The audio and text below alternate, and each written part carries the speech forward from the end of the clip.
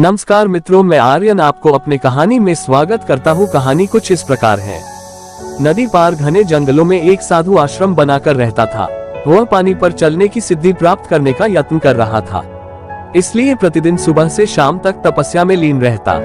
गांव में रहने वाला एक दूध वाला रोज एक छोटे मटके में दूध भरकर उसे पहुंचाता। साधु अन्न ग्रहण नहीं करता था, वह केवल दूध का सेवन करता था।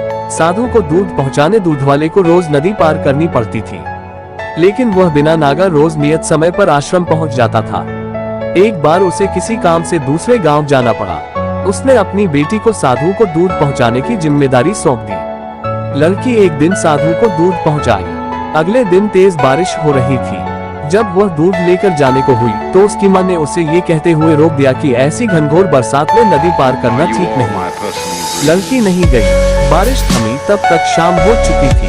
वह दूध लेकर साधु के आश्रम पहुंची। उसने देर से आने के लिए साधु से क्षमा मांगी। तब साधु ने उसे एक मंत्र देकर कहा, इस मंत्र के द्वारा वह पानी पर चलकर उसके पास आ सकती है। साधु इस मंत्र को कई दिनों से स्वयं आजमाना चाहता था, किंतु उसे मंत्र पर पूरा विश्वास नहीं था।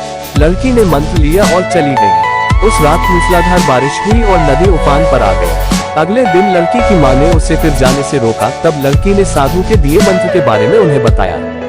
उस दिन मंत्र का जाप करते हुए उसने नदी पार कर ली। साधु के पास जब वह पहुंची तो उन्हें धन्यवाद देकर बोली, गुरुदेव, आपके मंत्र द्वारा आज मैं नदी पर चलकर सही समय पर आपके पास पहुंच सकी। आपका धन्यवाद। साधु चकित रह गया। उसे विश्वास ही नहीं था कि मंत्र काम कर जाएगा। वह लड़की के पीछे पीछे आश्रम से बाहर आया। उसने नदी किनारे खड़े होकर देखा कि लड़की पानी पर चलते हुए जा रही है। वह खुश हो गया कि वर्षों से पानी पर चलने की सिद्धि प्राप्त करने का उसका मनोरथ पूरा हो गया। मंत्र जपते हुए उसने नदी के पानी में पैर रखा, फिर खींच लिया। उसे पानी में उतरते डर लगा कि यदि मंत्र ने काम न किया तो क्या होगा।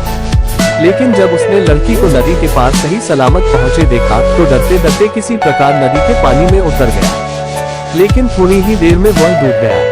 ऐसा क्यों हुआ? इसका कारण है विश्वास। साधु को इस बात का विश्वास ही नहीं था कि वह पानी पर चल सकेगा। वहीं लड़की को पूरा विश्वास था। इसी विश्वास के कारण वो नदी पार कर गई और संदेहों से घिरा साधु नदी में डूब गया। किसी भी काम में सफल होना है तो अपने हुनर के साथ ही अपनी सफलता पर भी विश्वास करना होगा। जिसे अपनी सफलता पर भरोसा ही नहीं, न वह पूरी लगन के साथ काम कर पाएगा, न पूरी मेहनत से। ऐसे में वह सफल कैसे होगा?